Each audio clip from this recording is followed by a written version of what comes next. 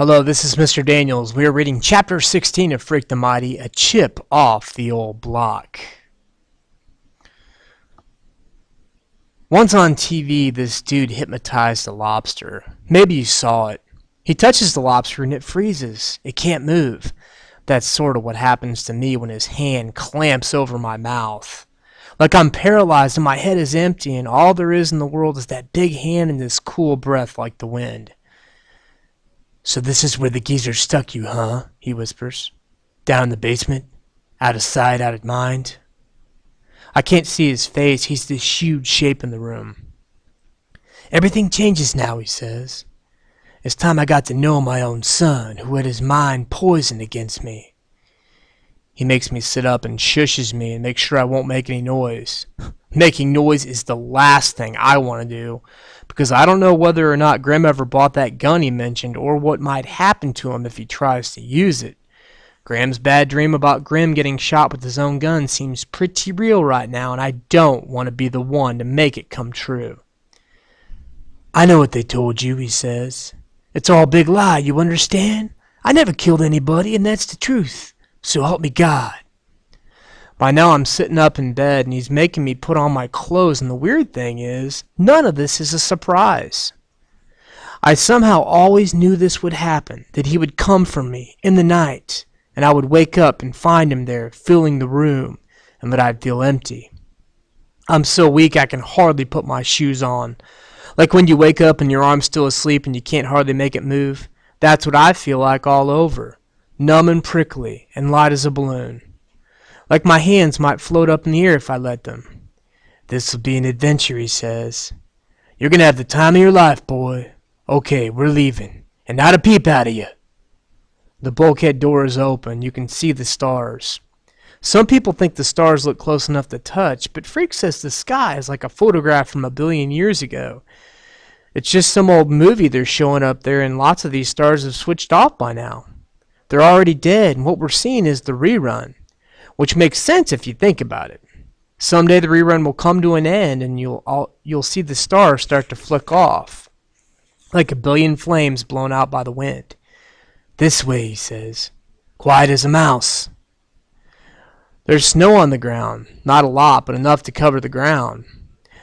I can tell how cold the air is, but I can't feel it, even without a jacket, which I didn't have time to put on. Doesn't matter. Nothing does really. Not Graham or Grim or the stars in the sky or Freak and the fair Gwen. They're all just make-believe. This dream I was having for a long time, and now I'm awake again, and he's still filling the room somehow, even though we're outside. The lights are off at Freak's house, and I'm thinking the stars clicked off, and I don't even know why I'm thinking it's like a dead voice in my head or something.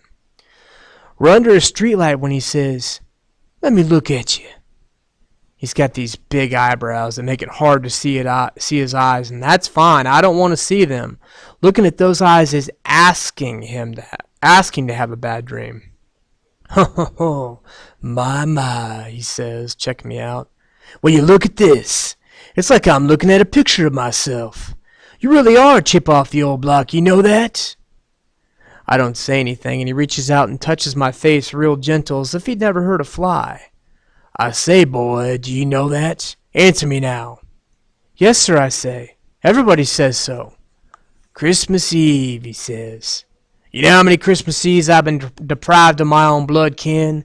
Now, is that fair to do that to a man? Lock him up for a crime he never did?" He's waiting for me to answer, and I say, "No, sir, not fair."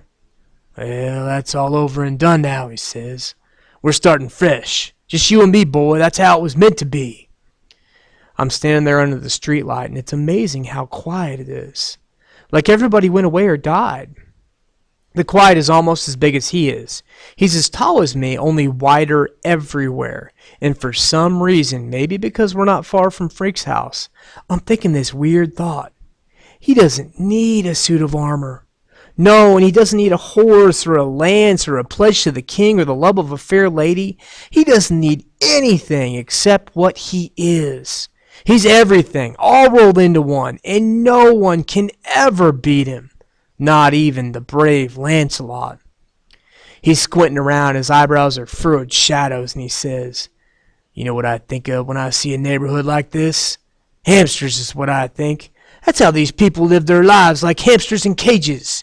They have their little wheels they run on. They do the whole of their lives, and they run and they get nowhere. They just spin." I stand there. "They poisoned you against me. I know that," he says. "Give it time. You'll see the truth." He starts walking fast, and I walk with him, like my feet already know where to go. We're cutting through the side streets and heading down to the pond, all cold and white and frozen. Tomorrow morning, a bunch of kids will take their new sleds and skates out there and probably lose their new mittens and scarves and get yelled at by their moms and dads. But tonight, the pond is as empty as the moon, as empty as my head. Once a car goes by real slow around the pond, I've got this strange feeling there's no one at the wheel. He hooks a finger on my shirt and makes me duck down until the car goes by. The car passes, and you can't see through the dark shadows until you hear the snow crunching under the tires, squeaky and frozen. "We're invisible," he says, making me stand up. Now, isn't that a kick in the pants?" My feet already know where we're going. The New Testaments. There's a few lights on in the old buildings. You can see some of the windows are cracked, and it looks like a knife cut against the light, and he's saying, "You know about Mary and Joseph, how they sought shelter in Bethlehem? How the baby Jesus was born in the manger?" I try to nod, and the funny thing is, even though I'm not cold, my teeth are chattering. So it's like the rest of me is freezing, but my head hasn't noticed. "Well, that's exactly what we're doing here, seeking shelter," he says. "Except this isn't exactly a manger we're going to." "No, sir," I say. "Sure isn't." He touches me real soft on the back of the neck and says, "I didn't ask you a question, boy. Rule number 1, don't sass your old man." I make sure my mouth stays shut. We're coming up on the Testaments. They look almost pretty with the new snow coating the roofs and making the yards clean and white and soft. You can see where an old bike handlebar is coming up on the snow and shapes of other things left out. And even the car up on blocks looks like it's new, like it might float off into the air without any wheels. I know where we're going even though he doesn't tell me. The door opens before we get there, and Loretta Lee is standing in the light, and she's saying, "Iggy! Iggy! Come look and see what the cat dragged in." He says, "Say hello to my boy, Loretta. Ain't he a chip off the old block?" Then we're inside, and Iggy is there bolting the door behind us, closing the shades, and Loretta, she's wearing this real slinky red dress that looks like it might fall off if she sneezed, and she's saying, "Mission accomplished, eh, Kenny? I knew you could do it if anybody could." Iggy says, "Watch your mouth, Loretta." "I do believe you've been drinking," my father says. "Has she been drinking, Iggy? I thought I made myself clear." "Hey, it's Christmas Eve," Iggy says, and he sounds real nervous. "A little punch. What can it hurt?" "A little punch," Loretta says, and her voice is slurpy. "That's all." She's wearing these fake eyelashes, and they're coming loose so her eyes look almost as blurry as her red mouth. I know because she keeps flapping her eyes at me and smiling so I can see where the lipstick got on her teeth. Iggy says, "She's okay, Kenny. You got my word." "Oh, right," Loretta says. "Turned over a new leaf. Preacher Kane turned over a new leaf so there's no booze for anybody on Christmas Eve, even in our own house where a man is his castle." "Oh, shut it," Iggy says, and he makes Loretta sit down on the busted couch, where she kind of leans over and waves at me, wink, wink. "Bring me and my boy some food," my father says. "We've been out in the cold for 8 long years, and we're hungry, aren't we, son?" "Yes, sir," I say. Iggy goes out into the kitchen to fry up some hamburgers, and we sit there waiting, not saying anything. Loretta is snuggled up on the couch, passed out, with this dreamy look on her face. I eat that greasy hamburger, even though I can hardly stand to swallow, and Iggy's fussing around like it's such a big deal having Kenny Kane in his house. And it's hard to believe he's the same Iggy who's the boss of the Panheads, this motorcycle gang that strikes fear into the hearts of everybody, including the cops.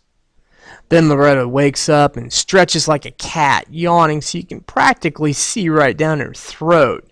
And she says, I guess I needed that. And she giggles, hiding her mouth. I guess I need a lot of things.